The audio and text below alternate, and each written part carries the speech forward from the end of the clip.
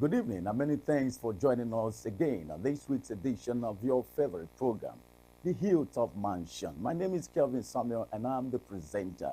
And if you're joining us for the very first time, note that the Hilltop Mansion is a program specially designed by the Nigerian Television Authority, NTA, Channel 12 for you, where we bring you up to date of events and happening from the Akwa Ibom State government, from the office of the governor, the governor's wife, and that of the deputy governor of Akwa Ibom State.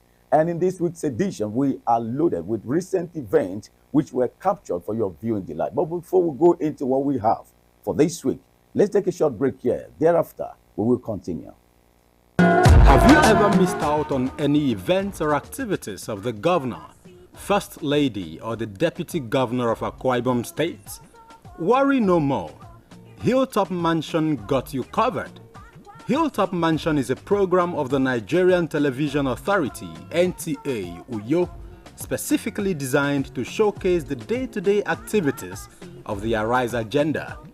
Tune in every Monday at 7:30 p.m. on Star Times, Channel 103, and our social media platforms on Facebook and YouTube to join us. Hilltop Mansion, showcasing the Arise agenda.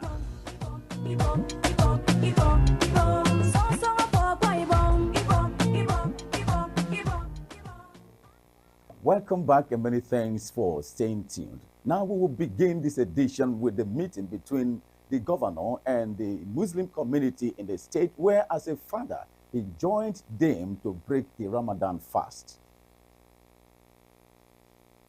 Addressing Muslim faithful who were in the government house to mark the end of the 2024 Ramadan fast, Governor No appreciates them for the harmonious relationship with their host communities.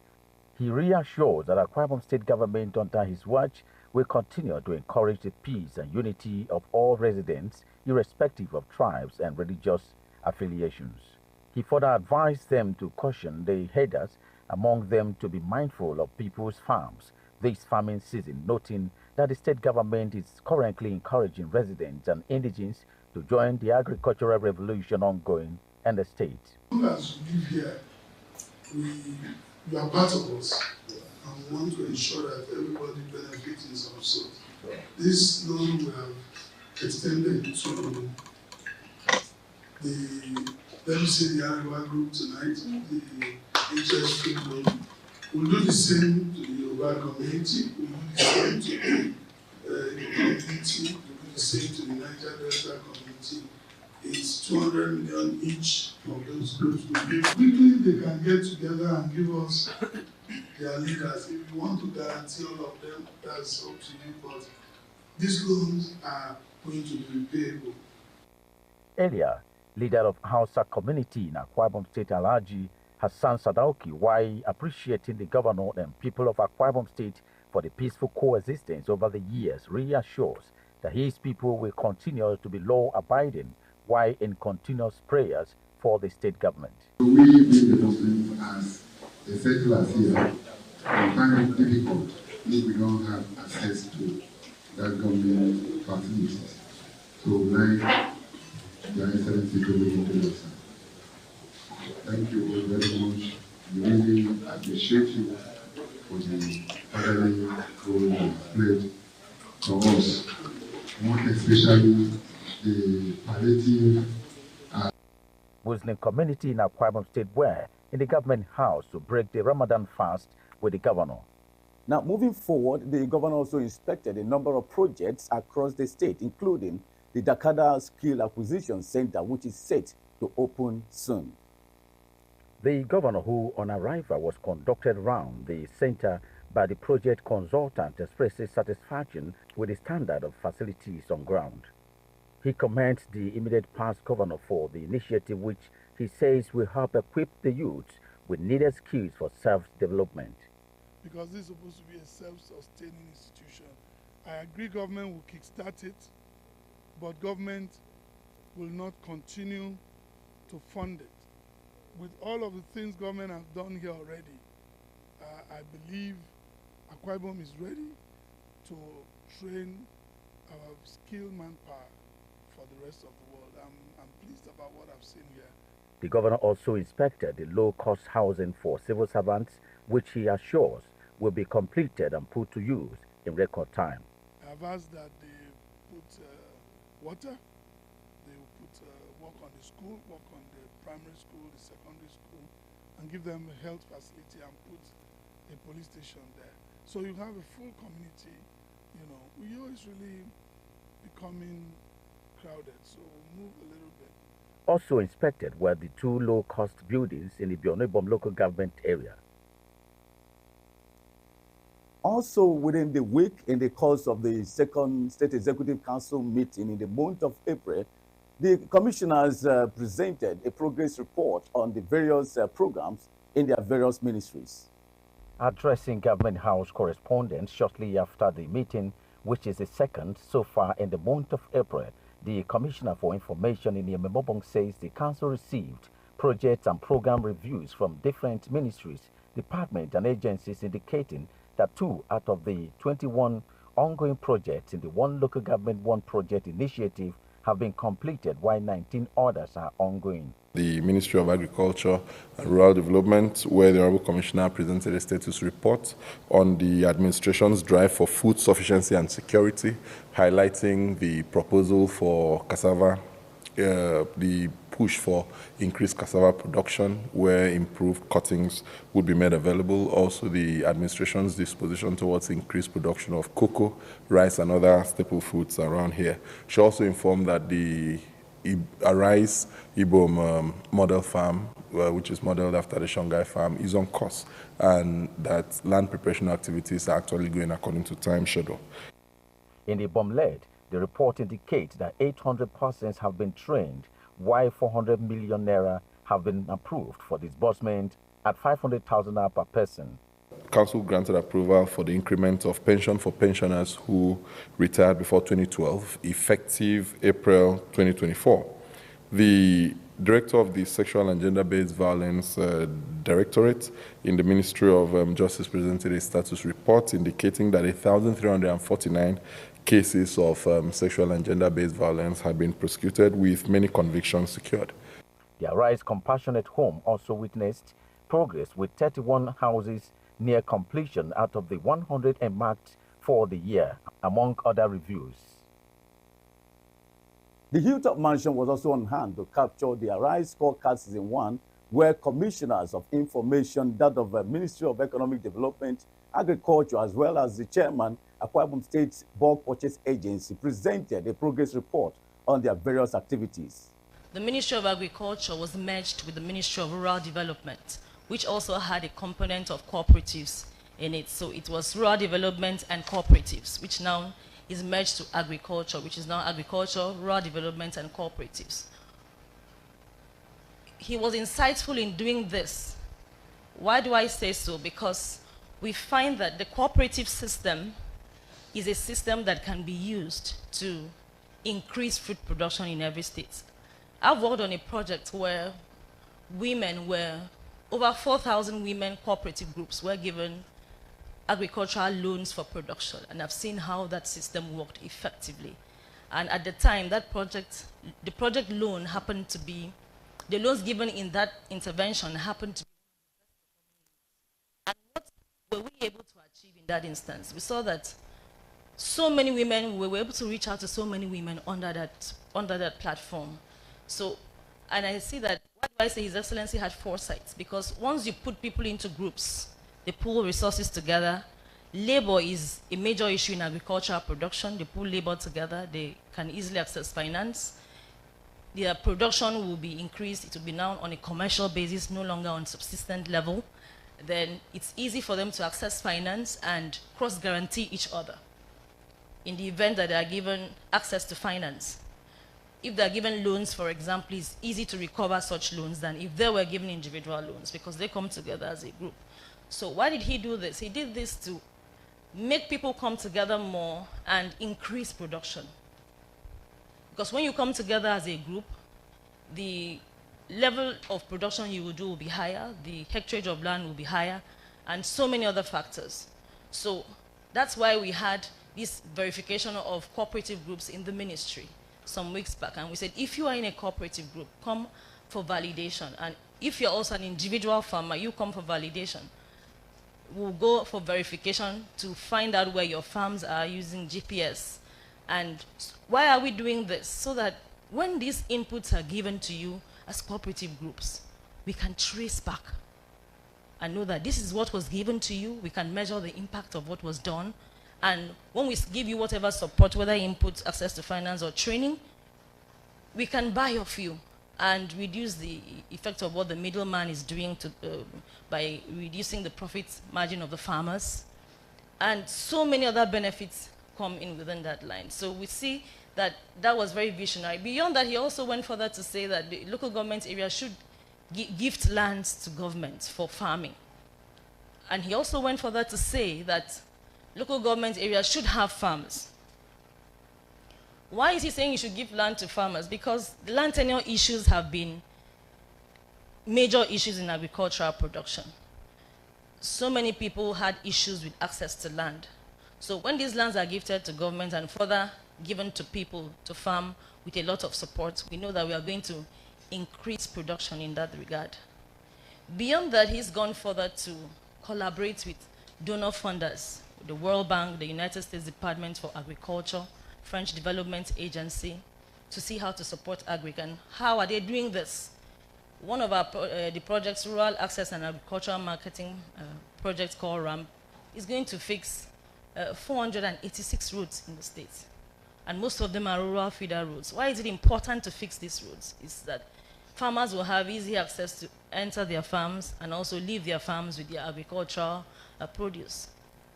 If the roads to the farms are good, it will reduce the cost of those food produce at farm gate prices. It's easy for you to buy from them at very good rates. And very good rates, I mean rates that are profitable to both the farmer and the consumer. From the Minister of Economic Development, if you want, let me just start by saying that the governor came prepared with his a clear cut on his economic blueprint, of which that was launched by the even with people having input in the Arise Arise agenda.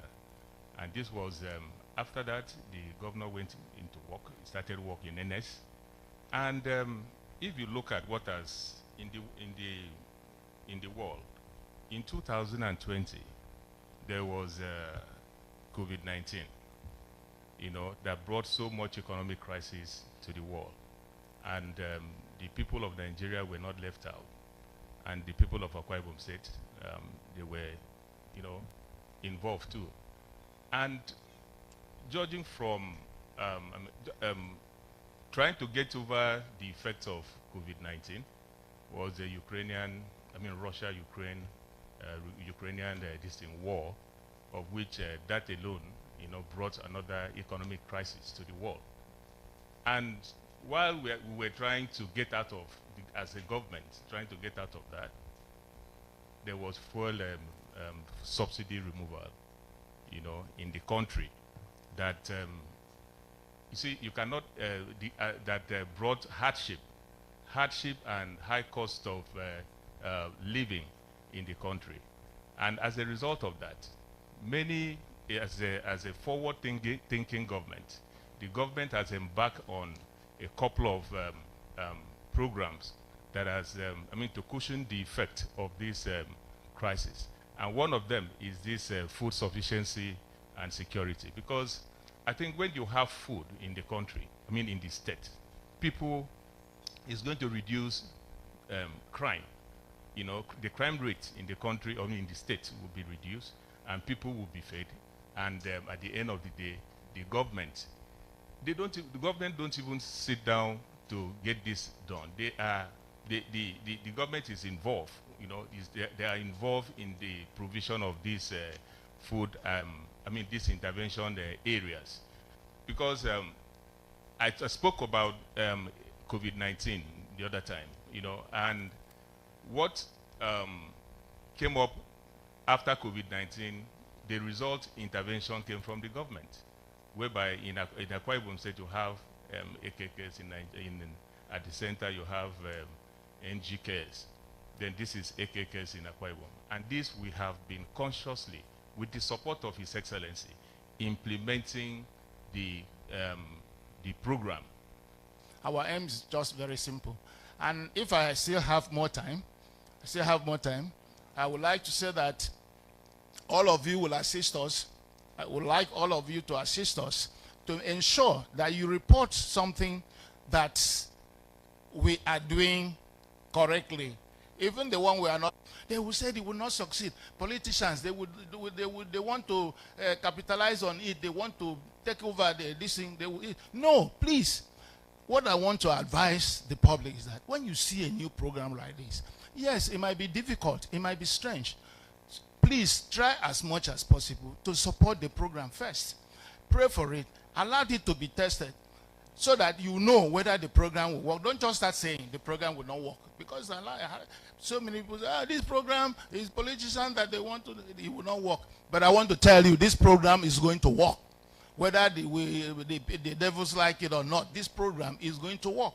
So I thank all of you for coming here to maybe ask questions about this program. Lay also to them. We do have our hotline number, which is what we're also using here, 070-000 into 8 places and 1. We've been receiving feedback on that. Now, but this program also has a channel. It's channelized, through the agency, through to the PAs who are there. But again, there are local government chairmen who are in existence, but we do know that those are formal feedback processes. And if it is compromised, assuming that all of these people were to compromise to frustrate it, so the question would be, how else do you get your information?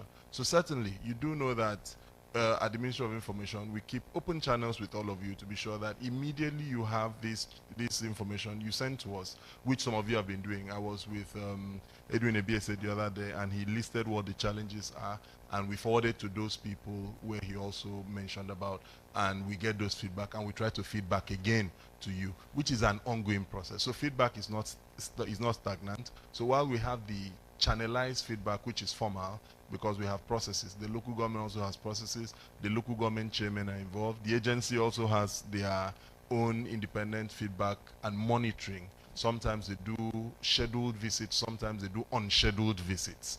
But you do know that you can't be at all the places at all the times, and sometimes the weakest link would always destroy the strongest part of the chain.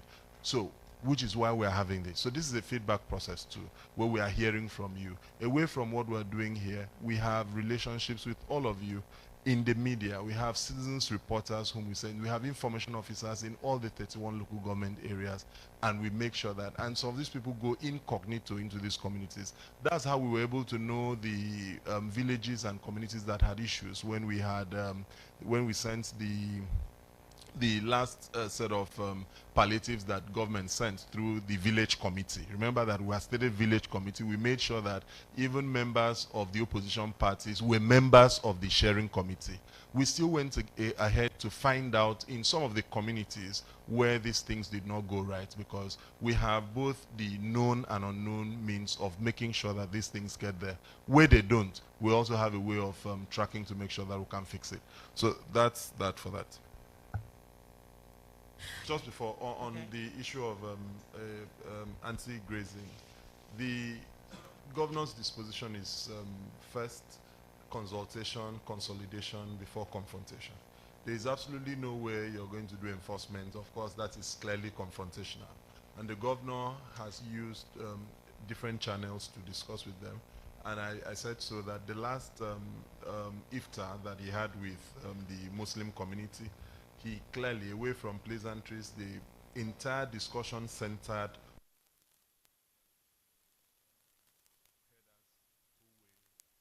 clearly violating the rights of other people and disturbing the businesses of people. And the Hausa community, the Arewa community, and even those who are involved in cow business undertook to partner the Ministry of Internal Security. So at that point, we would not be accused of witch hunt or anything, because you also need to take care of the exogenous communities that are resident within your space.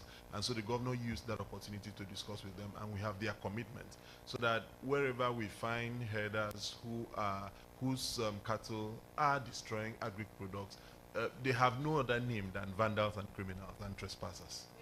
Is there? Well, those are the much we can accommodate on this week's edition of your favorite program. I remain Kelvin Samuel, promising you that next week will be much, much better than this. But don't forget to always tune in at 7:30 p.m. on Star Time Channel 103. And of course, our social media. Have a beautiful night rest.